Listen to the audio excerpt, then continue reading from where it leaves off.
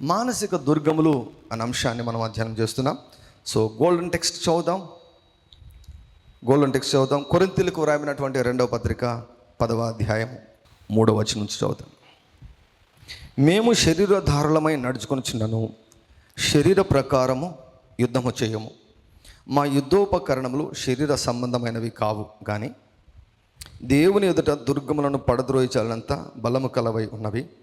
మేము వితర్కములను, దేవుని గూర్చిన జ్ఞానమును అడ్డగించు ప్రతి ఆటంకమును పడద్రోసి ప్రతి ఆలోచనను క్రీస్తుకు లోబడినట్లు చెరపటి. ఈ వాక్యము నేను రక్షించబడిన రోజు నుంచి ఈ వాక్యం తెలుసు నాకు. కొన్ని దశాబ్దాలు ఎవరు కూడా ఈ వాక్యాన్ని సరిగా నాకు అర్థమయ్యే రీతిలో వివరించలేదు. ఏంటి ఈ వాక్యం అంటే ఏదో చెప్తారన్నమాట. ఎందుకు చెప్తారంటే అది వారికి అర్థం కాదు కాబట్టి. వారికి అర్థమైతే మనకు అర్థమవుతుంది. సింపుల్గా ఏదైనా ప్రసంగం మనకు అర్థం కాలేదంటే సింపుల్ రీజన్, అంటే మనం ఆసక్తిగా ఉండి కూడా మనకు అర్థం కాలేదంటే సింపుల్ రీజన్ ఏం చెప్పంటారా, అది వాళ్ళకి బేసిక్గా అర్థం కాలేదు. వాళ్ళకి అర్థం కాలేదు కాబట్టి మనకు అర్థం కాదు. గుడ్డివానికి ఎలా దారి చూపిస్తాడు. ఈ వాక్యము నాకు అర్థమైంది కాబట్టి ఈ వాక్యం మీకు అందరికీ కూడా సులభంగా అర్థమయ్యేటట్లు నేను చెప్పగలను. అపోస్తలుల కార్యంలో ఉంటుంది, వారు దేవుని వాక్యాన్ని తేటగా బోధించినందున అనేకులు విశ్వాసము ఉంచారంట. సో ఈ భాగాన్ని బహు చక్కగా ప్రాక్టికల్గా పరిశుద్ధాత్మ దేవుడు మనల్ని మంచి అవగాహనలోనికి నడిపిస్తున్నారు. మొట్టమొదటిగా మనం చూసాం కెన్నెత్ హేగిన్ గారిని, తర్వాత జాయిస్ మేయర్ గారిని చూసాం. ఇక నేను ఇంకా వాక్యంలో ముందుకు వెళ్దామని అనుకుంటే ఈ వారంలో దేవుడు మరొక ప్రశస్తమైనటువంటి వ్యక్తిని మీ ముందు ఉంచాలని ప్రభు కోరాడు. సో ఈ వాక్యపు వెలుగులో ఆవిడ యొక్క జీవిత సాక్ష్యాన్ని క్లుప్తముగా మీ ముందు ఉంచబోతున్నాను. వీటిలో మనకు పరిష్కారాలు ఉన్నాయి. We can find answers in these testimonies. Kenneth Hagin గారి యొక్క జీవిత చరిత్రను చూస్తే అందులో చాలా ప్రశ్నలకు మనకు జవాబులు వచ్చేస్తాయి. జాయిస్ మేయర్ గారి జీవిత చరిత్రను చూస్తే మనలో చాలా ప్రశ్నలకు మనకు సమాధానాలు వస్తాయి, పరిష్కారాలు దొరుకుతాయి. ఈరోజు మరొక వ్యక్తిని కూడా మీ ముందు ఉంచాలని ఆశపడుతున్నాను. దానికంటే ముందుగా, what is a fortress, what is a strong hold. దుర్గము అంటే ఏమిటి అంటే స్థిరపరచబడిన అభిప్రాయము. స్థిరపరచబడ్డం అంటే ఏంటో చెప్పమంటారా? సెట్ కావడం అనమాట. సెట్ కావడం అంటే ఏదైనా కన్స్ట్రక్షన్ వర్క్ దగ్గరికి వెళ్ళండి, అక్కడ పిల్లర్స్ వేసేటప్పుడు ఏం చేస్తారు? మొదటగా రాడ్స్ వేస్తారు, తర్వాత సిమెంటును, కంకరను, ఇసుకను, నీళ్లను సమపాలలో కరెక్ట్గా మిక్స్ చేసి చుట్టూ బాక్సులు పెట్టేసి అందులో వేసేస్తారు. 24 గంటల తర్వాత తీసేస్తారు. 24 గంటల తర్వాత ఏమవుతుంది అంటే సెట్ అయిపోయి ఉంటుంది అన్నమాట. ఆ సెట్ అయిన దాన్ని తీయాలంటే చాలా కష్టం, పగలగొట్టాలి, చాలా కష్టపడాల్సి వస్తుంది అన్నమాట. అలా మన జీవితాల్లో కొన్ని అభిప్రాయాలు సెట్ అయిపోతాయంట. కాబట్టి దుర్గము అంటే ఏమిటి అంటే సెట్ అయిన కొన్ని అభిప్రాయాలు, తప్పుడు అభిప్రాయాలని చెప్పచ్చు.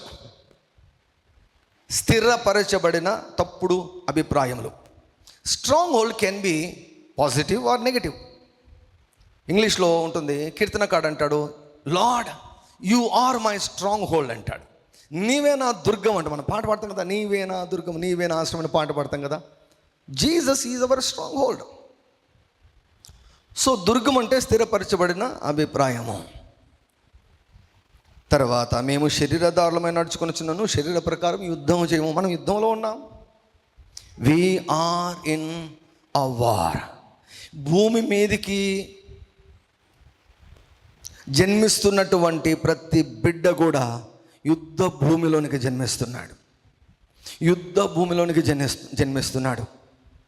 ఏంటి పాస్టర్ గారు, దేవునికి కనికరం లేదా?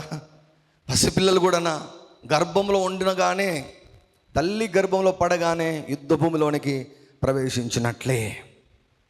కెన్నెత్ హేగిన్ గారి యొక్క జీవితాన్ని చూసాం. తల్లి గర్భంలోనే వాడు దాడి చేసేశాడు.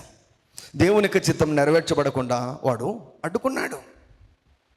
జాయిస్ మేయర్ గారి జీవితాన్ని చూసాం. కాస్త కొంత వయసు వచ్చిన వెంటనే తన జీవితాన్ని ఛిద్రం చేసేసాడు. ఇక ఎవ్వరూ కూడా బాగు చేయలేరు అన్న రీతిగా జాయిస్ మేయర్ గారి జీవితాన్ని వాడు నాశనం చేశాడు.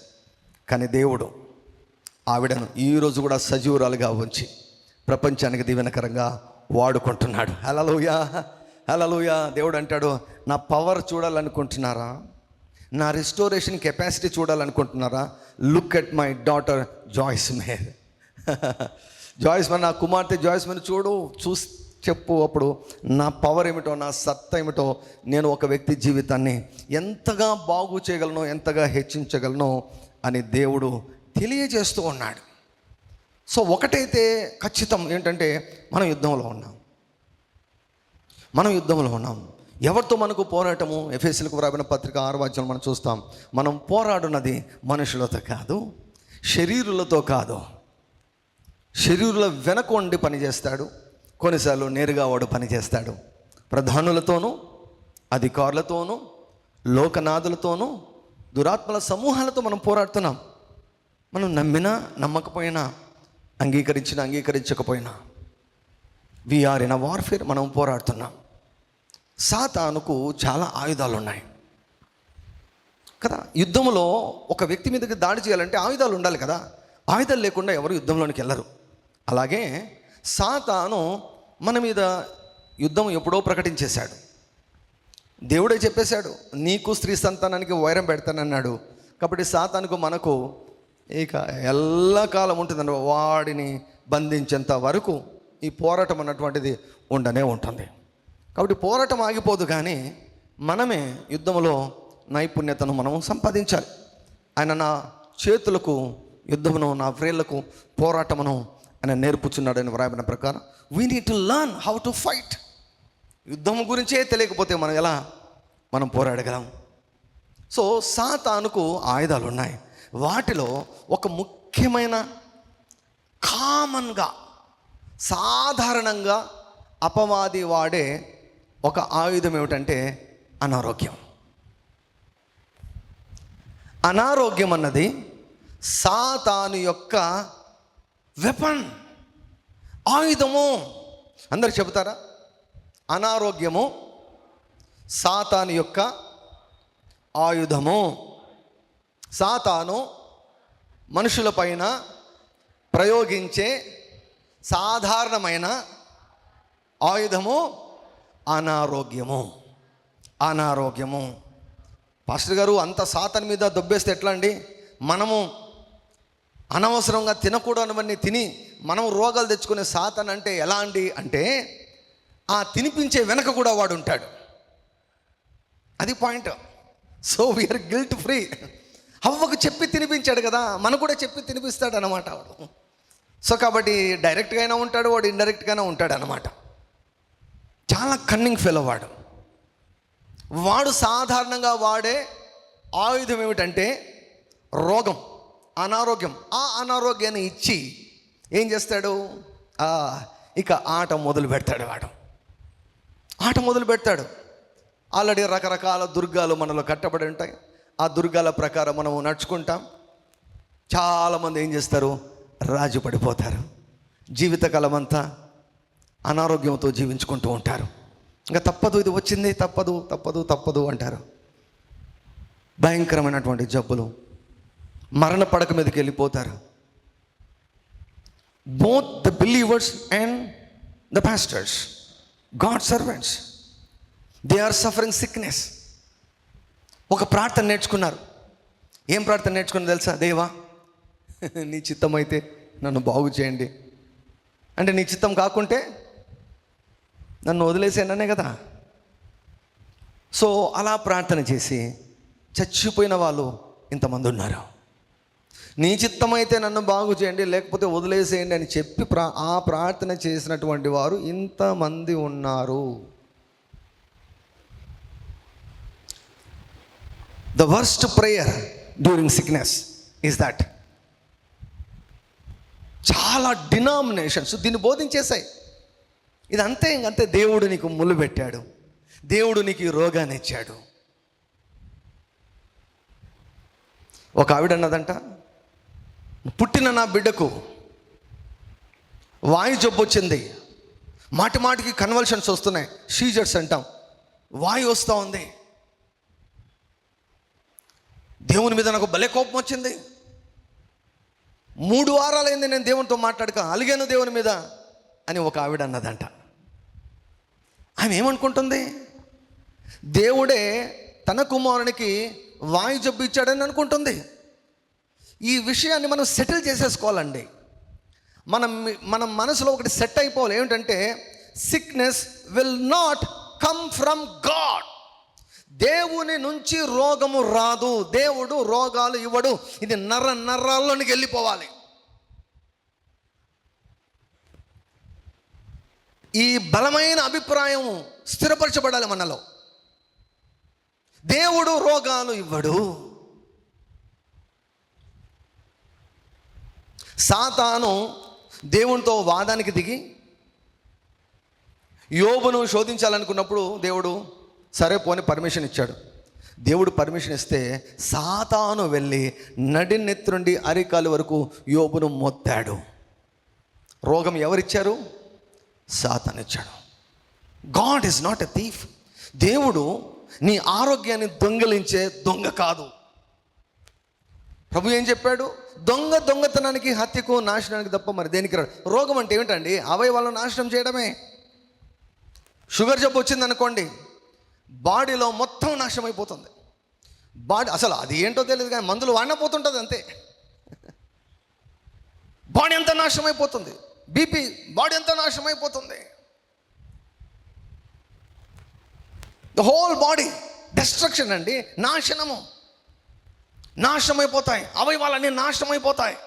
దేనితో? రోగంతో. దేవుడు తాను తయారు చేసి తాను నిర్మించిన మన దేహాన్ని ఆయన ఎందుకు పాడు చేస్తాడు? కాబట్టి ఇది సెట్ చేసేసుకోవాలి మనం. ఈ అభిప్రాయాన్ని బలంగా మనం నాటుకోవాలి. నా దేవుడు ఎవరికి కూడా రోగాలు ఇవ్వడు. యోహాను పేతులు అంటారు కదా, మా తట్టు చూడుము, మేము ఏం కలిగి ఉన్నామో దాన్నే ఇస్తామన్నారు. What we have we give unto you. దేవుడు కూడా ఆయన దగ్గర లేనిది ఎట్లా ఇస్తాడండి? ఆయన దగ్గర రోగాలు లేవు, ఆయన దేహంలో రోగాలు లేవు, పరలోకంలో రోగాలు లేవు. కాబట్టి అక్కడి నుంచి మనకి ఎలా ఇస్తాడు? దీన్ని సెట్ చేసేసుకోవాలి, మనం స్థిరపరచుకోవాలి. ఇది ఒక స్ట్రాంగ్ హోల్డ్ అయిపోవాలి. ఇది స్థిరపరచబడిన అభిప్రాయంలాగా కావాలి.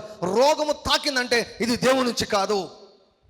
వెంటనే రియాక్షన్ రావాలి. This is not from God. ఇది నా దేవుని నుంచి కాదు, ఇది డైరెక్ట్గా అపవాది నుంచే వచ్చింది.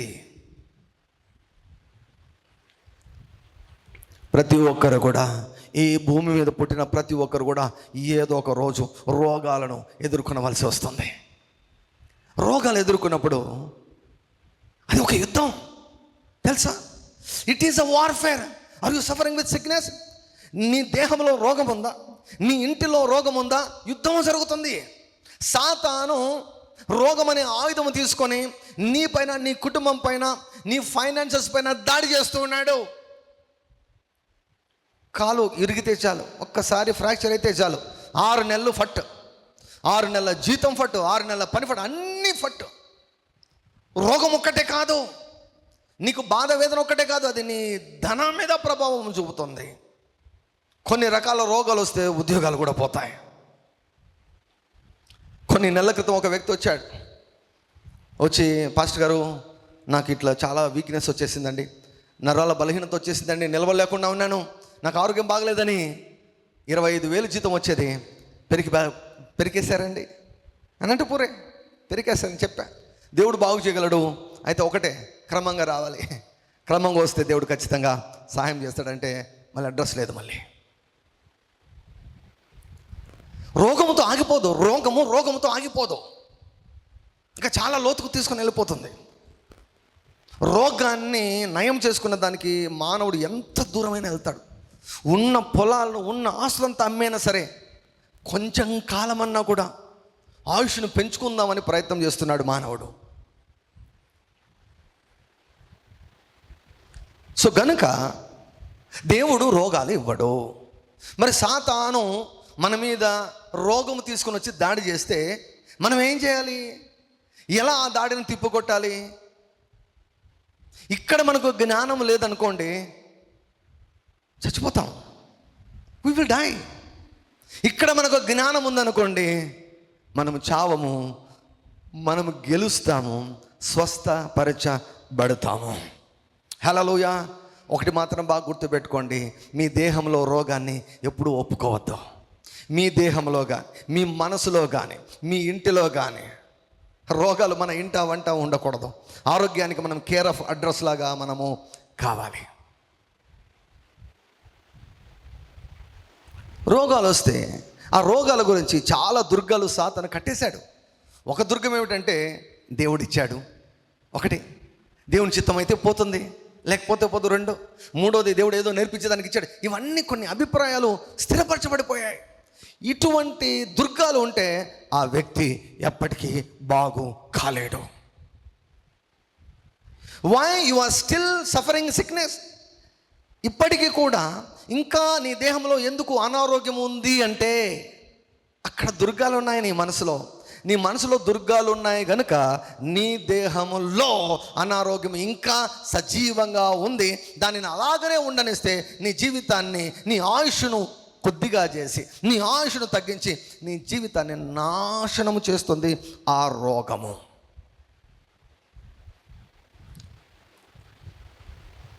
కాబట్టి రోగం గురించి సాతాను గడు ఎటువంటి అభిప్రాయాలు నీ మనసు స్థిరపరిచాడో నాకు తెలియదు. కానీ సాతాను రోగముతో దాడి చేసినప్పుడు ఎలా మనం తిప్పికొట్టాలి? సాతాడు కట్టాలనుకున్న దుర్గాలను ఏ రీతిగా మనము కూల్చాలి అన్న విషయాన్ని ఈరోజు మీకు మరి ఒక దైవజనురాలి యొక్క సాక్ష్యము ద్వారా మీకు తెలియజేయాలని నేను ఇష్టపడుతున్నాను. ఆవిడ ఎవరో కాదు, ఆల్రెడీ థంబ్నెయిల్లో మీరు చూసి ఉంటారు, డాడీ ఆస్టిన్. ఆవిడ పేరు డాడీ ఆస్టిన్. ఈమె గురించి చాలామందికి పెద్దగా తెలియదు. కానీ మన ప్రాంతాల్లో ఈమె ఎవరంటే అమెరికా దేశంలో జోయల్ ఆస్టిన్ అన్నటువంటి ఒక గొప్ప దైవ సేవకులు, గొప్ప పాస్టర్ గారు. చాలా పెద్ద సంఘం, చాలా పెద్ద సంఘం వారిది. వారి తల్లిగారు అన్నమాట జోయల్ ఆస్టిన్. వారి యొక్క తల్లిగారు డాడీ ఆస్టిన్ గారు. ఈవిడ యొక్క భర్త జాన్ ఆస్టిన్. జాన్ ఆస్టిన్ అటువంటి దైవజనులు, చాలా గొప్ప దైవజనులు, one of the best men of God during those days. ఆ కాలంలో చాలా బలముగా దేశ విదేశాల్లో వాడబడినటువంటి దైవజనులు. ఆయన మొదటి వివాహం చేసుకున్నారు. ఆయన మొదటి వివాహం ఫెయిల్ అయిపోయింది. ఆవిడతో ఆయనకు పొసగక చాలా మ్యారిటల్ ప్రాబ్లమ్స్ వచ్చాయి. సో డైవర్స్ తీసుకున్నారు. మొదటి మ్యారేజ్. రెండవ మ్యారేజ్గా డాడీ ఆస్టిన్ అటువంటి ఈవిడను ఆయన వివాహం చేసుకున్నారు. జాన్ ఆస్టిన్ అటువంటి దైవజనులు, డాడీ ఆస్టిన్ అటువంటి ఆమెను, ఈమె వృత్తిపరంగా నర్స్ అన్నమాట. వృత్తిపరంగా నర్సుగా పనిచేసేది. సో ఈమెను వివాహం చేసుకున్నారు. జాన్ ఆస్టిన్ గారు ఈమెను వివాహం చేసుకున్నారు. డాడీ ఆస్టిన్ ఎప్పుడు వారు జన్మించారంటే 1933 అక్టోబర్ 22. నేను డేట్స్ కూడా చెబుతున్నాను, సంవత్సరాలు కూడా చెబుతున్నాను. I want to give very important detail. I want to give every important detail to you.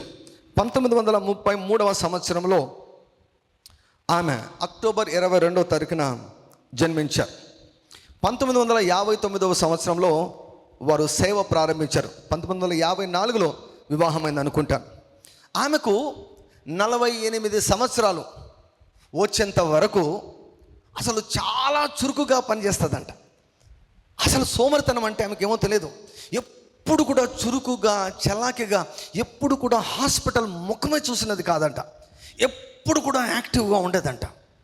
ఎప్పుడు కూడా యాక్టివ్గా ఉండేది, ఖాళీగా ఉండదంట. వారి భర్త గారు చాలాసార్లు చెప్తాడంట, ఇంకా నువ్వు చేసిన చాలు, ఈరోజు ఇంకా ఎక్కువ పని చేస్తున్నావు, వెళ్ళి రెస్ట్ తీసుకో, వెళ్ళి పని ఆపేసేయి అని వాళ్ళ భర్త చాలాసార్లు చెప్పేవాడంట. అలా ఎప్పుడూ చురుకుగా యాక్టివ్గా ఉన్నటువంటి ఆవిడకు ఒకసారి జ్వరం వచ్చిందంట. జ్వరం వచ్చి ఓరల్ రాబర్ట్స్ యూనివర్సిటీ వాళ్ళు ఒక యానివర్సరీ జరుపుకుంటుంటే వీరిని ఇన్వైట్ చేశారు. జాన్ ఆస్టిన్ వారి యొక్క మిస్సెస్ డాడీ ఆస్టిన్ వారు ఆహ్వానించారంట. అక్కడికి ఆహ్వానిస్తే వీరు చాలా సంతోషంగా అక్కడికి వెళ్ళారు. అక్కడికి వెళ్ళిన తర్వాత ఈవిడకు చలి జ్వరము మొదలైందంట. చలి జ్వరం మొదలైంది. ఇదేంట్రా 48 సంవత్సరాలు ఎప్పుడు కూడా నా దగ్గరికి అనారోగ్యమే రాలేదు, ఇదేంటి చలి జ్వరము స్టార్ట్ అయింది అని ఆమె పెద్దగా పట్టించుకోలేదు. ఇది ఎప్పుడు 1981లో 1981లో ఆవిడకు చలి జ్వరముతో మొదలైంది. తర్వాత అక్కడ మీటింగ్స్ అయిపోయాయి, తిరిగి వచ్చేసారు. ఆమె ఆరోగ్యము రోజు రోజుకు పతనమైపోతుంది. బాగా వీక్ అయిపోతుందంట. మందులు వేసుకున్నా కూడా పని చేయడం లేదంట. వీక్ అయిపోతుంది. దేవుని వాక్యాన్ని కన్ఫెస్ చేస్తూ ఉంది, మందులు వాడుతూ ఉంది. అన్నీ చేసినా కూడా ఆమె ఆరోగ్యం క్షీణిస్తూ ఉందంట. అలా ఉన్నా కూడా ఇంకా ముందుకు వెళ్తుంది. చర్చికి వెళ్తున్నారు, అక్కడ అందరి కోసం ప్రార్థన చేస్తూ ఉంది. ఒకసారి ప్రార్థన చేస్తూ చేయించుకునే వాళ్ళు కింద పడిపోక, చేయించుకునే వాళ్ళు కింద పడిపోలేదు, కానీ ఈమెనే పడిపోద్దండి. ఈమెనే పడిపోయిందంట. అసలు లేచేదానికి కూడా శక్తి లేనంత బలహీనమైనటువంటి స్టేజ్లోకి వెళ్ళిపోయింది. ఆమె బరువు దాదాపుగా ఒక 40-45 కేజీల మధ్యలోకి వెళ్ళిపోయిందంట బరువు. వెయిట్ లాస్ ఉంది, బరువు అంతా తగ్గిపోతుంది, నీరసము, జ్వరము, నొప్పులు, ఇవన్నీ కూడా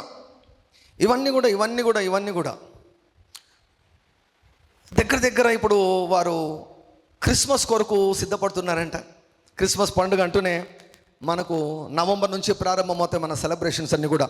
క్రిస్మస్ కొరకు అందరూ ఊహించుకుంటూ బాగా సెలబ్రేట్ చేసుకోవాలి అనుకుంటుంటే ఈవిడ పరిస్థితి చాలా ఇబ్బందికరంగా ఉంటే, క్రిస్మస్ టైం కన్నా బాగా అవుదాం, క్రిస్మస్ సమయానికి బాగా అవుదాం, తర్వాత థ్యాంక్స్ గివింగ్ అని వారు చేస్తారు. థ్యాంక్స్ గివింగ్ మంత్ ఉంటుందన్నమాట.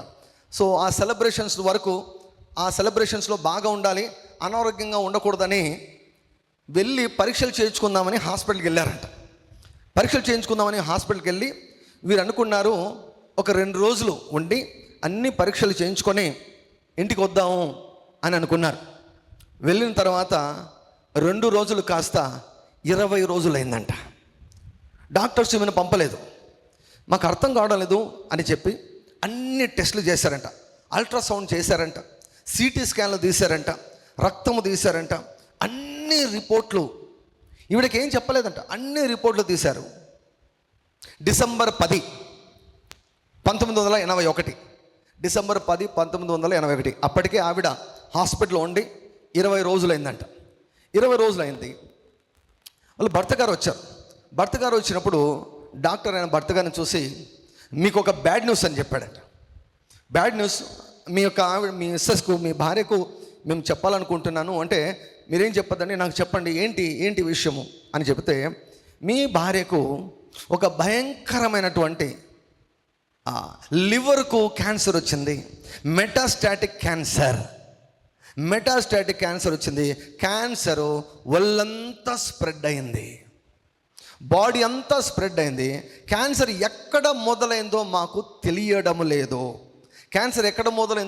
లేదు, కానీ ఎక్కడో మొదలైంది. లివర్ పైన మన కమలా పండు ఉంటుంది కదండి, నారింజ పండు ఉంటుంది కదా, ఆ సైజులో ఒక గడ్డ, తర్వాత నిమ్మకాయ సైజులో 2 గడ్డలు లివర్ మీద ఉన్నాయి. అవి క్యాన్సర్ గడ్డలు. ఆమె ఇక 2 వారాల కంటే ఎక్కువ బ్రతికేదానికి అవకాశమే లేదు. మీరు అనుమతిస్తే మేము ఆపరేషన్ చేసి అసలు క్యాన్సర్ ఎక్కడ మొదలైందో మేము కనుక్కుంటాం, కీమోథెరపీ కూడా ప్రయత్నం చేస్తాం, కానీ ఎక్కువ కాలం అయితే మేము ఏమి చేసినా కూడా బ్రతకదు. ఒకవేళ కీమోథెరపీ, రేడియోథెరపీ చేస్తే కొంత అది కూడా కొన్ని వారాలే పొడిగించవచ్చు, ఎందుకంటే పూర్తిగా ముదిరిపోయింది, 4th స్టేజ్కి వెళ్ళిపోయింది, బాడీ అంతా స్ప్రెడ్ అయిపోయింది. మా చేతిలో ఏం లేదు, ఇక అయిపోయింది అంటే జాన్ ఆస్టిన్ గారు ఆయన విశ్వాసంతో నిండుకున్నటువంటి వాడు, అనేక అద్భుతాలను చూసినటువంటి వాడు. డాక్టర్తో చెప్పారంట, మీరేమి ఆవిడకి చెప్పాల్సిన అవసరం లేదు, నేను చెప్పుకుంటాను, నేను ఇంటికి తీసుకుని వెళ్తాను అన్నాడంట. నేను ఇంటికి తీసుకుని వెళ్తాను. డాక్టర్ అన్నారంట అద్భుతము జరిగితే కానీ ఆమె బ్రతకదంటే, ఈయన అన్నారంట అద్భుతము జరిగి తీరుతుంది, మేము సేవించే దేవుడు అద్భుతాలు చేసే దేవుడు అని చెప్పాడంట. హల్లెలూయా. సో హాస్పిటల్లో రూమ్లోకి వెళ్ళి ఆవిడతో ఇలా సమస్య అని చెప్పాడంట. చెప్పిన వెంటనే ఆమె చాలా షాక్కు గురైపోయింది. షాక్కు గురైపోయి నాకేంటి ఈ జబ్బు రావడం, అది క్యాన్సర్ నాకేంటి అసలు ఈ జబ్బు రావడం. భర్తతో అన్నదంట ఇంకోసారి దాని పేరు ఎత్తద్దు అన్నాడట. క్యాన్సర్ అన్నటువంటి పేరు ఇంకోసారి ఎత్తద్దు చెప్పాడంట. ఆపరేషన్ చేయాలంటున్నారు డాక్టరు, కీమోథెరపీ ఇస్తామంటున్నారు. కీమోథెరపీ ఇచ్చినా బ్రతకదు, ఇవ్వకున్నా బ్రతకదు అంటున్నారు. నేను తీసుకుని వెళ్తానని చెబితే ఆవిడ అన్నారంట నేను కూడా ఇక్కడ ఉండను, నన్ను తీసుకుని వెళ్ళండి, ఇంటికి వెళ్ళిపోదాం. ఎలాగూ డాక్టర్స్ చచ్చిపోతారని చెప్పారు కదా, డాక్టర్స్ చచ్చిపోతారు, నువ్వు ఎక్కువ కాలం బ్రతకమని డాక్టర్ చెప్పారు, ఫేమస్ డాక్టర్స్ చెప్పారు. డాడీ ఆస్టిన్ గారి కుమారుడు కూడా డాక్టర్ అంట, డాక్టర్గా చేస్తున్నాడు, ఇప్పుడు ఇంటర్న్గా చేస్తున్నాడు ఆ టైంలో. సో మెడికల్ నాలెడ్జ్ ప్రకారం, వైద్య శాస్త్రం ప్రకారం డాడీ ఆస్టిన్ గారు 2 వారాల కంటే ఎక్కువ బ్రతకరు. సో ఇది ఒక అభిప్రాయం, డాక్టర్ల అభిప్రాయము, వాళ్ళ సొంత కొడుకు యొక్క అభిప్రాయము. సో ఆ సమాచారాన్ని వాడుకొని ఆల్రెడీ దేహంలో రోగం ఉంది, ఆ రోగాన్ని అలాగే ఉంచేదానికి, ఆ రోగము ద్వారా ఈవిడ జీవితాన్ని నాశనము చేయాలని అపవాది ప్రయత్నం చేశాడు. ఇది జరగక మునుపు వారు ఇండియాకు వచ్చారంట. భారతదేశానికి వచ్చేసి చాలా ప్రాంతాలు తిరిగి సువార్త సేవ చేసి వెళ్ళారంట. ఆవిడ అంటారు మేమేమనుకున్నామంటే ఇండియాకి వెళ్ళాము కదా, అక్కడ ఏవైనా మస్కిటోలు కానీ ఏమైనా పురుగులు కొట్టి ఇలా ఏమైనా అనవసరమైనటువంటి ప్రాబ్లమ్స్ ఏమైనా వచ్చాయేమో అని అనుకున్నదంట ఆమె. డాక్టర్లు ఎంత వెతికినా కూడా క్యాన్సర్కు కారణం, క్యాన్సర్ ఎక్కడ మొదలైందో తెలియదంట. కానీ మెయిన్గా లివర్ అఫెక్ట్ అయిపోయి మెటాస్టేటిక్ క్యాన్సర్ లివర్గా డయాగ్నోసిస్ చేశారు, వ్యాధిని నిర్ధారణ చేశారు. ఇది డిసెంబర్ 10, 1981 జరిగింది. ఆ రోజు డాక్టర్స్ చెప్పారు, మీరు చెప్పారు కదండి ఎట్లయినా నా భార్య చనిపోతాను మీరు చెప్పారు కదా, సరే నేను ఇంటికి తీసుకొని వెళ్తానని ఇంటికి తీసుకొని వెళ్తూ జాన్ ఆస్టిన్ కళ్ళలో నీళ్లు గారుతున్నాయంట, ఏడుస్తున్నాడంట, వాళ్ళ కొడుకు ఏడుస్తున్నాడంట. ఈమె మాత్రం ఆలోచిస్తుంది ఏం చేయాలని ఆలోచిస్తూ ఉంది. ఇంటికి వెళ్ళిన తర్వాత రాత్రి నిద్ర పట్టడం లేదు. మరుసటి రోజు 11వ తారీఖున డిసెంబర్ 11, 1981 సంవత్సరంలో 11 నాడు భర్తతో చెప్పిందంట, నేను పోరాడేదానికి నిర్ణయించుకున్నానని చెప్పిందంట. హల్లెలూయా. నేను ఈ క్యాన్సర్తో పోరాడేదానికి నిర్ణయించుకున్నాను, నీవు ఈ ఇంటికి యజమానుడవు కదా, నీ అధికారం క్రిందికి నన్ను తీసుకొని వస్తున్నాను గనుక నీవు అధికారం తీసుకొని నా దేహంలో ఉన్నటువంటి క్యాన్సర్ను శపించు అన్నదంట. సో వాక్యంలో యేసుక్రీస్తు ప్రభు చెప్పారు కదండి, మరియు మీలో ఇద్దరు తాము వేడుకొను దేనిని గూర్చేనను భూమి మీద ఏకీభవించిన ఎడల అది నా పరలోకమందున తండ్రి వలన మీకు కలుగునని నిశ్చయంగా చెప్పుచున్నాను అన్నాడు కదా. ఆ రీతిగా ఇద్దరు ఏకీభవించి ప్రార్థించారు. దైవ సేవకులు జాన్ ఆస్టిన్ గారు ఆ క్యాన్సర్ను గద్దించారు, ఆ క్యాన్సర్ను వెళ్ళగొట్టారు, బలమైనటువంటి ప్రార్థన చేశారు. సో ప్రార్థన ఎలా ముగిసిందంటే డిసెంబర్ 11, 1981 సంవత్సరంలో డాడీ ఆస్టిన్ గారి ప్రార్థన, క్యాన్సర్ కొరకైన ప్రార్థన ఎలా ముగిసిందంటే, ప్రభువా మేము ప్రార్థన చేశాము, మార్క్స్ వార్త 11:24 ప్రకారము నేను క్యాన్సర్కు ఇప్పుడే స్వస్థతను నేను పొందుకుంటున్నాను. I receive healing to cancer. ఈ క్యాన్సర్ జబ్బు నయమయ్యేదానికి నీ నుండి నేను స్వస్థతను తీసుకుంటున్నాను అని చెప్పి ఆమేనని చెప్పిన తర్వాత ఆమె మాట్లాడడం ప్రారంభించింది. ఏమని మాట్లాడిందంటే, డిసెంబర్ 11, 1981 నేను స్వస్థతను పొందుకున్నాను. Hallelujah. So this was her faith. This was her faith. ప్రియులారా, ఈనాడు క్యాన్సర్ రోగం వచ్చి ఎంతోమంది చనిపోయారు, చనిపోతున్నారు, చావుకు దగ్గరగా ఉన్నారు. ఈవెన్ పెద్ద పెద్ద సేవకులు కూడా గుండు కొట్టించుకున్నారు. ఎందుకో తెలుసా? అలోపేషియా అంటాం. అలోపేషియా అంటే వెంట్రుకలన్నీ రాలిపోతాయి. కీమోథెరపీ ఇచ్చినప్పుడు, రేడియోథెరపీ ఇచ్చినప్పుడు వెంట్రుకలన్నీ రాలిపోతాయి. అసలు ఎంత విహీనంగా కనిపిస్తారో. ఈ ట్రీట్మెంట్, క్యాన్సర్ ట్రీట్మెంట్ చాలా భయంకరమైనటువంటి ట్రీట్మెంట్. అది ఎంతోమంది చనిపోయారు. యవ్వన కాలంలోనే చనిపోయారు క్యాన్సర్తో. అదే క్యాన్సర్ అనే ఆయుధాన్ని డాడీ ఆస్టిన్ మీద ప్రయోగించాలని సాతాను ప్రయత్నం చేశాడు, కానీ ఆమె ఒప్పుకోక పోరాడేదానికి నిర్ణయించుకుంది. హల్లెలూయా. పోరాడేదానికి నిర్ణయించుకుంది. ప్రార్థన చేసింది, భర్తతో కలిసి ఏకీభవించి చేసింది.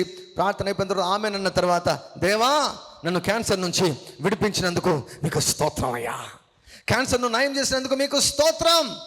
కానీ తన మనసు అంగీకరించడం లేదు, తన బాడీ అంగీకరించడం లేదంట. లేదు, నేను బాగాలేదంటుందంట బాడీ. నొప్పులు, విపరీతమైన నొప్పులు, బాధ, వేదన, మోకాల నొప్పులు, ఈ పొట్టలో నొప్పి, ఛాతిలో నొప్పి. ఈ నొప్పిని ఆధారం చేసుకునేది అపవాది ఈమె మనసు మీద దాడి చేస్తాడంట. నువ్వు ఎక్కువ కాలం బ్రతకవంటాడంట వాడు. డాక్టర్ చెప్పిన మాటను మాటికి గుర్తుకు చేస్తాడంట. డాక్టర్ చెప్పాడు కదా, నువ్వు ఎక్కువ కాలం బ్రతకవు. ఫస్ట్లో ఆమె అలా ఆలోచనలు వస్తుంటే అలా వింటూ ఉండిపోయిందంట. అలా వింటూ ఉంటే ఆమెకు భయం వచ్చేది. సో అలా అపవాది ఈమె దేహంలో ఉన్నటువంటి వ్యాధి లక్షణాలను, తర్వాత డాక్టర్లు చెప్పినటువంటి మాటను, వాళ్ళు చెప్పిన మాటలు, వీళ్ళు చెప్పిన ఈ మాటలన్నీ ఉపయోగించుకొని ఈమె మనసు మీద వాడు ఒకటే దాడి చేస్తున్నాడంట. కొన్నిసార్లు రాత్రులు అలా కూర్చొని ఏడ్చుకుంటూ కూర్చుండేదంట. నొప్పి భరించలేక. సో ఇలా పోరాటం జరుగుతూ ఉంది. అప్పట్లో ఆ టైంలో గొప్ప దైవజనులు కెనెత్ హేగిన్ గారు ప్రార్థన చేశారంట. ఈవిడకు డాడీ ఆస్టిన్ గారికి కెనెత్ హేగిన్ గారు ప్రార్థన చేశారు. కెన్నెత్ కోప్లాండ్ గారు ప్రార్థన చేశారంట. ఓరల్ రాబర్ట్స్ గారు ప్రార్థన చేశారంట. టిఎల్ ఆస్బర్న్ వారైతే పర్సనల్గా ఇంటికి వచ్చి వారు ప్రార్థన చేసిపోయారంట. పెద్ద దైవజనులు కెనెత్ హేగిన్ గారు వెళ్ళి ప్రార్థన చేశారు ఆమె కొరకు. అయితే ఒకరోజు రాత్రి ప్రభు అన్నాడంట, డాడీ ఇది నీకు స్వస్థత వరమున దైవ సేవకులకు సంబంధించిన విషయం కాదు, ఇది ఇప్పుడు నీకు నాకు సంబంధించిన విషయం అన్నాడంట దేవుడు. ఇది నీ వ్యక్తిగత విశ్వాసానికి సంబంధించినది. ఇప్పుడు నువ్వు ఎవ్వరి విశ్వాసం పైన ఆధారపడలేవు, ఇతరుల విశ్వాసము నీ పైన పనిచేయదు. ఇప్పుడు ఈ క్షణం నుంచి నీవు నీ విశ్వాసముతోనే దీనిని జయించాలని ప్రభు చెప్పాడంట. You have to fight on the sickness అని ప్రభు చెప్పాడంట. అప్పుడు ఆ వాక్యము తీసుకొని డిసెంబర్ 11, 1981 నాడు నన్ను స్వస్థపరిచావు తండ్రి, నీకు స్తోత్రం, నేను నమ్ముతున్నాను, నిన్ను స్తుతిస్తున్నాను, నన్ను స్వస్థపరిచినందుకు మీకు స్తోత్రం. ఈ క్రమంలో అంటే సాతానుకు ఎటువంటి అవకాశం ఇవ్వకుండా ఆమె దేవుని యొక్క సన్నిధిలో తన హృదయాన్ని కూడా పరీక్షించుకుంటుందంట. ప్రభువా, నేను ఎవరినైనా బాధ పెట్టానా, ఎవరినైనా ఇబ్బంది పెట్టానా ప్రభువా, నాకు బయలుపరచు ప్రభువా అన్నప్పుడు ఆమెకు కొన్ని గుర్తుకొస్తే ఒక 7 ఉత్తరాలు రాసిందంట. నన్ను క్షమించండి, మీరేం మనసులో పెట్టుకోవద్దండి, నన్ను క్షమించండి, దయచేసి నన్ను క్షమించండి. ఒక 7 మందికి ఉత్తరం రాసిందంట. తర్వాత వాళ్ళ భర్తకు ఒక ఉత్తరం రాసిందంట, వారి పిల్లలకు ఉత్తరం రాసిందంట. ఎవరినైనా నేను బాధ పెట్టింటే దయచేసి నన్ను క్షమించండి, దేవునికి నాకు మధ్య ఎటువంటి ఆటంకం ఉండకూడదు, ఈ రోగంతో నేను చావకూడదు, ఈ రోగాన్ని నేను గెలవాలి కనుక ఏమైనా సరి చేసుకునే దానికి నేను రెడీ అయిపోయాను అంటారా. పోరాడడానికి రెడీ అయింది, ప్రార్థన చేసి నమ్మేదానికి రెడీ అయింది, ఏమైనా అడ్డంకులు ఏమైనా ఉంటే వాటన్నిటినీ కూడా సెట్ చేసుకునే దానికి రెడీ అయింది. ఆమె ఏమంటారు తెలుసా తన గురించి? I'm a quick repenter. నేను త్వరగా పశ్చాత్తాపపడతాను. ఇది తప్పు, ఇది పొరపాటు అంటే లేదు అని నన్ను నేను సమర్థించుకోను, కానీ నేను వెంటనే లోబడతాను అన్నది. వెంటనే ఉత్తరాలు రాసేసాను. నా భర్త కూడా ఉత్తరం రాశాను, నన్ను క్షమించయ్యా, నేను ఎప్పుడైనా బాధ పెట్టి ఉంటే, నోరు బారేసుకుని ఉంటే నన్ను క్షమించయ్యా. నా పిల్లలు కూడా, వారికి 6 పిల్లలు, పిల్లలు కూడా ఉత్తరం రాశారంట. అక్కడే ఉన్న కూడా ఉత్తరం రాశారు, వ్రాతపూర్వకంగా చెప్పారు, forgive me forgive me forgive me అని. అలా రోజులు వారాలు, డాక్టర్లు చెప్పిన 2 వారాలు ఏమో దాటిపోయాయి, కానీ పోరాటం ఏమో జరుగుతూ ఉంది. పోరాటం జరుగుతూ ఉంది. ఒకరోజు డాడీ ఆస్టిన్ గారు, వారి భర్త జాన్ ఆస్టిన్ గారు నైట్ రూమ్లో ఉన్నారంట. సర్వీస్ నుంచి వచ్చారు. జాన్ ఆస్టిన్ గారు బైబిల్ చదివి అలాగే ఓపెన్ చేసి పెట్టారంట. ఒక దేవదూత వారు చూస్తుండగా, ఒక దేవదూత వచ్చేసి బైబిల్ను ఇలా తిప్పి ఒక వాక్యాన్ని దేవదూత చూపించాడంట. ఒక వాక్యాన్ని చూపించాడు. 105వ కీర్తనలో రాయబడి ఉంటుంది, వారి గోత్రములలో నిస్సత్తువ చేత తొట్టిల్లువాడు ఒక్కడునో లేడనే. ఆ వాక్యాన్ని దేవుడు 2 మాటలు మాట్లాడాడు ఈ పీరియడ్లో. ఒకటి ఏమిటంటే, నీ విశ్వాసంతోనే దీన్ని జయించాలని ఒకటి చెప్పాడు. కెన్నీ త్యాగిన్ గారు ప్రార్థన చేసినా నీకేం జరగదు, కోప్లాండ్ ప్రార్థన చేసినా ఏం జరగదు, ఓరల్ రాబర్ట్ చేసినా ఏం జరగదు, ప్రపంచంలో ఉన్న దైవసేవకులు అందరూ చేసినా కూడా ఏం జరగదు. నీవు ఇప్పుడు నీ విశ్వాసంతోనే దీన్ని ఎదుర్కోవాలని మొదటి విజిటేషన్. రెండవ విజిటేషన్ 105వ కీర్తనలో వాక్య భాగాన్ని చూపించి, వారి గోత్రములలో నిస్సత్తువ చేత తొట్టిల్లువాడు ఒక్కడు కూడా లేడు అన్నటువంటి మాట ద్వారా దేవుడు ఆవిడతో మాట్లాడాడంట. వాక్యమేమో నమ్ముతా ఉంది, కానీ వ్యాధి లక్షణాలు మాత్రం తగ్గినట్లే ఉంటాయంట. ఒక చోట నొప్పి తగ్గితే మరొక చోట గర్భసంచి కూడా ఎఫెక్ట్ అయిపోయిందంట, బ్లీడింగ్ వస్తుందంట. ఒక సమస్య పోతే ఇంకో సమస్య, ఒక సమస్య పోతే ఒక సమస్య. ఒకరోజు రాత్రి కూర్చొని యేసయ్యతో మాట్లాడుతున్నదంట, ప్రభువా, పోరాడడం కష్టంగా ఉంది, వదిలేయడం చాలా సులభమయ్యా. వదిలేస్తే హాయిగా నీ సన్నిధికి వచ్చేస్తాను. పోరాడడం చాలా కష్టంగా ఉంది, కానీ నేను బ్రతకాలి.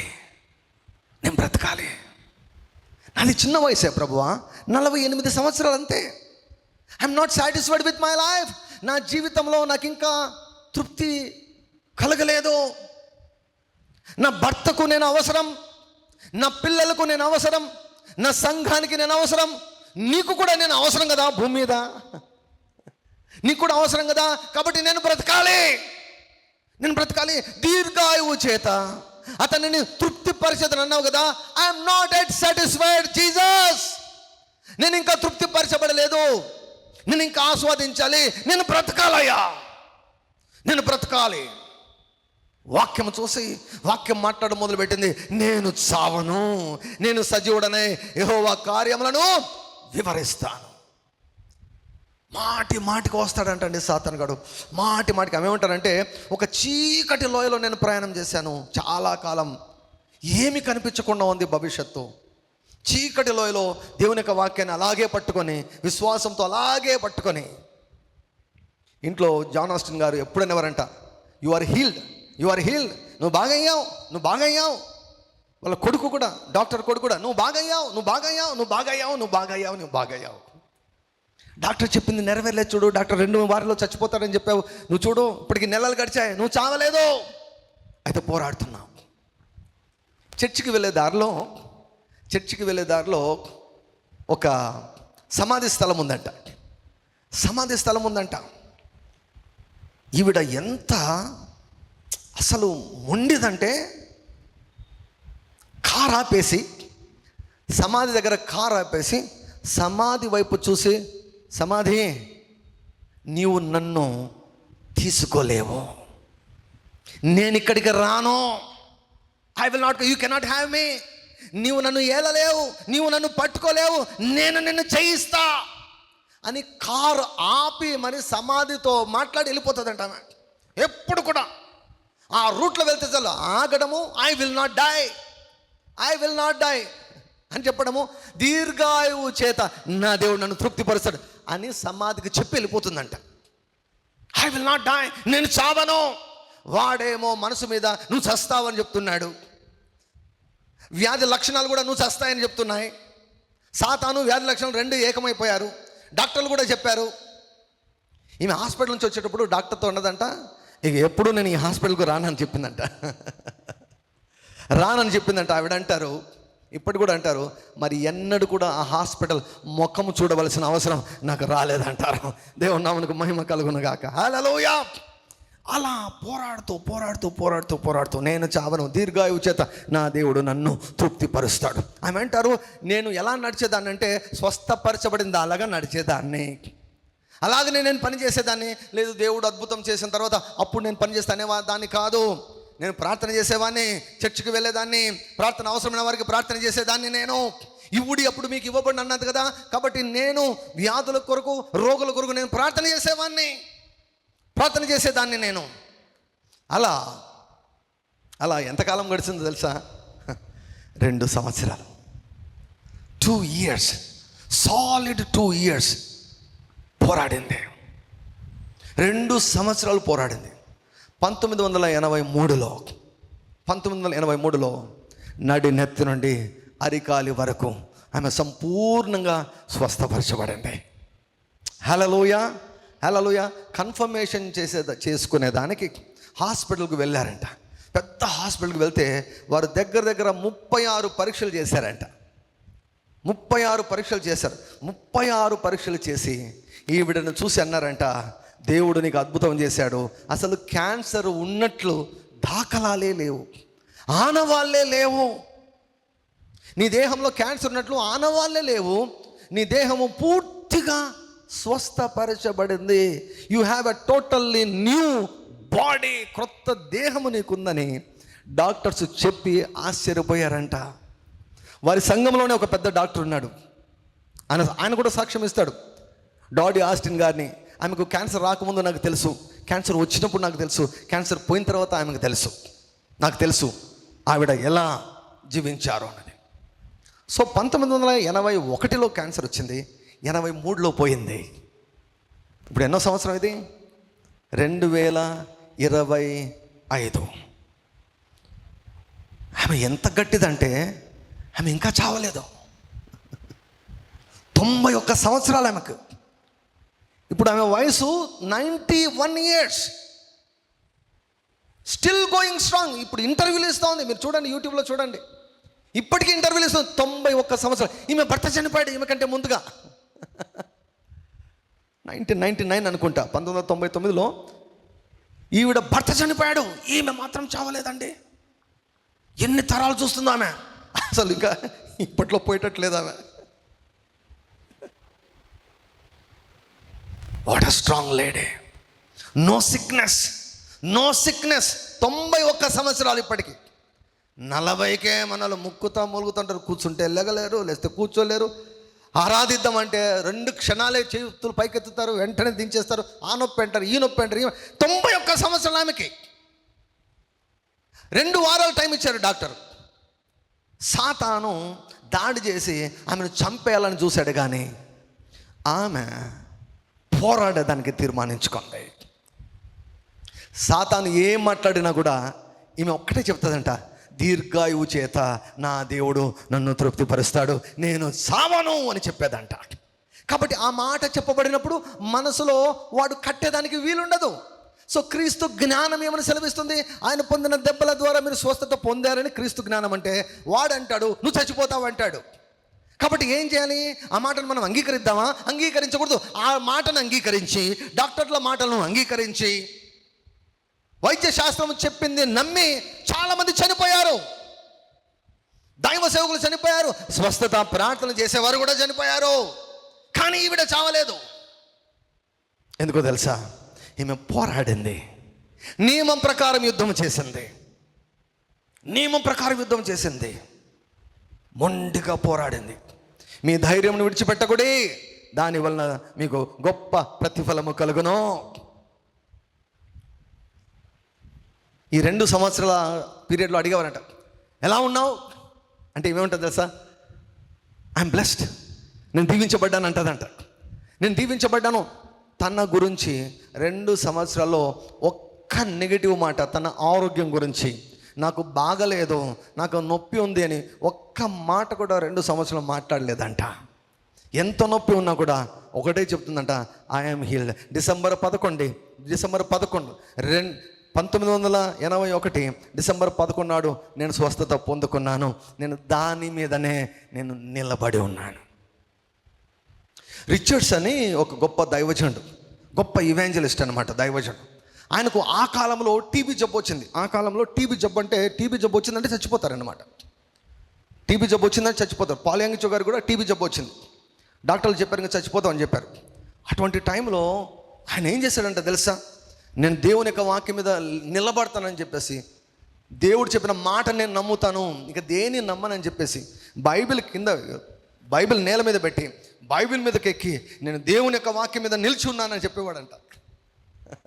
కాలుతో తొక్కడం కాదు, అది వాక్యం మీద నిలబడ్డం అని అర్థం అనమాట. నిలిచి ఉన్నాను, బైబిల్ పడిపోతే నేను పడిపోతాను, బైబిల్ ఎప్పటికీ పడిపోదు కాబట్టి నేను పడిపోను అన్నాడంట. సంపూర్ణంగా స్వస్థత పొందుకున్నాడు. సో ఈవిడ చేసిన పని ఏమిటంటే, ప్రతిరోజు ఒక 40 వాక్యాలు ఉన్నాయంటండి, స్వస్థతకు సంబంధించిన వాక్యాలు 40 వాక్యాలు తయారు చేసుకొని రాసుకొని రోజు చదివేదంట. స్వస్థత వాక్యాలు చదవకుండా బయటికి వెళ్ళేది కాదంట. స్వస్థత వాక్యాలు చదవకుండా ఇంకా ఏ పని చేయదంట. ప్రతిరోజు కళ్ళ ఎదుట, ప్రతిరోజు నేను కళ్ళతో చూడాల్సిందే, మాట్లాడాల్సిందే, కన్ఫెస్ చేయాల్సిందే. ప్రతిరోజు ఆ రీతిగా చేయడం వలన జీవవాక్యము లోపలికి ప్రవేశించి క్యాన్సర్ రోగాన్ని కనుమరుగు చేసింది దేవుని యొక్క వాక్యం. హల్లెలూయా. దేవుని యొక్క వాక్యమునకే మహిమ కలుగును గాక. ఇది తెలియక చాలామంది మీటింగ్ ఆఫ్టర్ మీటింగ్, సేవకుని తర్వాత మరొక సేవకునికి ఎక్కడన్నా ఏమైనా దొరుకుతుందామని సంవత్సరాల తరబడి తిరుగుచు సంవత్సరాల తరబడి వేస్ట్ చేసుకుంటున్నారు. They are wasting their time. They have to build their faith on the word of God. దేవుని యొక్క వాక్యం పైన విశ్వాసాన్ని పెంచుకోవాలి, విశ్వాసాన్ని వాడాలి. నమ్ముట నీ వలనైతే నమ్మువానికి సమస్తమును సాధ్యం. ఆమె ఒప్పుకోలేదు, చచ్చిపోయేదానికి ఒప్పుకోలేదు.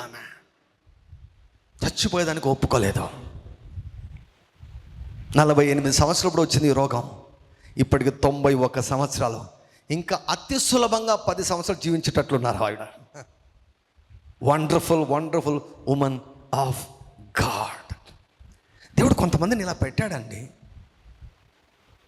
ఆవిడ అంత భయంకరమైన జబ్బుతో పోరాడంటే మనం ఎందుకు రాజీ పడాలి రోగాలతో? ఆమె ఎలా చేస్తుందో అలా చేద్దాం. నేను ఒప్పుకోనయ్యా ఈ రోగాన్ని, నా దేహంలో అనారోగ్యం ఉండకూడదు. అనారోగ్యం అన్నది మరలా చెప్తున్నాను, సాతాను నీ మీద దాడి చేసేదానికి వాడే ఆయుధము. వాడు దాడి చేస్తుంటే నువ్వు మౌనంగా ఉంటే చంపేస్తాడు. వాడు త్వరగా చంపేస్తాడు, త్వరగా నాశనం చేస్తాడు. నీ ఫైనాన్సెస్ని నాశనం చేస్తాడు. నీ ఇంటిలో నెమ్మదిని, సమాధానాన్ని వాడు పోగొడతాడు. కష్టపడిన డబ్బులన్నీ దానికే తగలెట్టాల్సి వస్తుంది అన్నమాట. Never compromise with sickness. Don't allow the devil to build strong holes in your mind. నీ మనసులో సాతాను ఇక నీ పని ఇంతే, నువ్వు ఎప్పటికీ బాగా కావు, నువ్వు జీవితకాలం మొత్తం మందులు వాడాల్సిందే. ఇటువంటి దుర్గాలు మీ జీవితంలో, మీ మనసులో సాతాను కట్టకుండా అడ్డుకొనండి.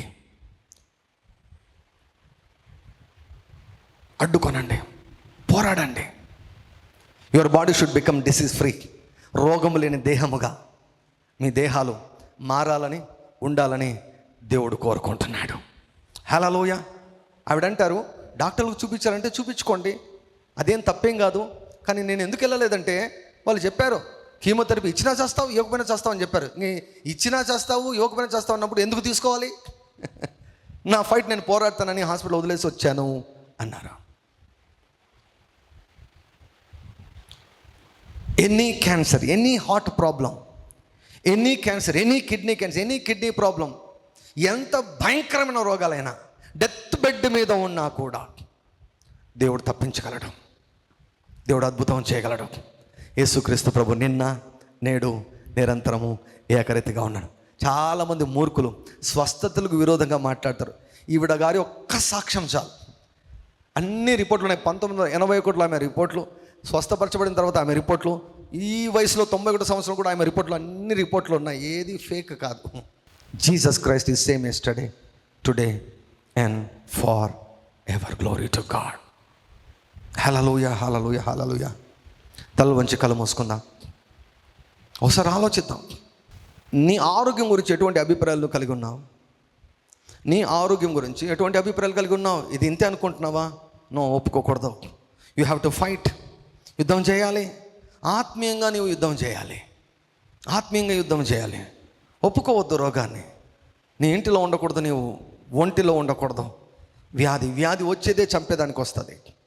నీ ఆశను తినేదానికి, నీ ధనాన్ని తినేదానికి, మీ కుటుంబ జీవితాన్ని, వైవాహిక జీవితాన్ని పాడు చేసేదానికి వస్తాయి.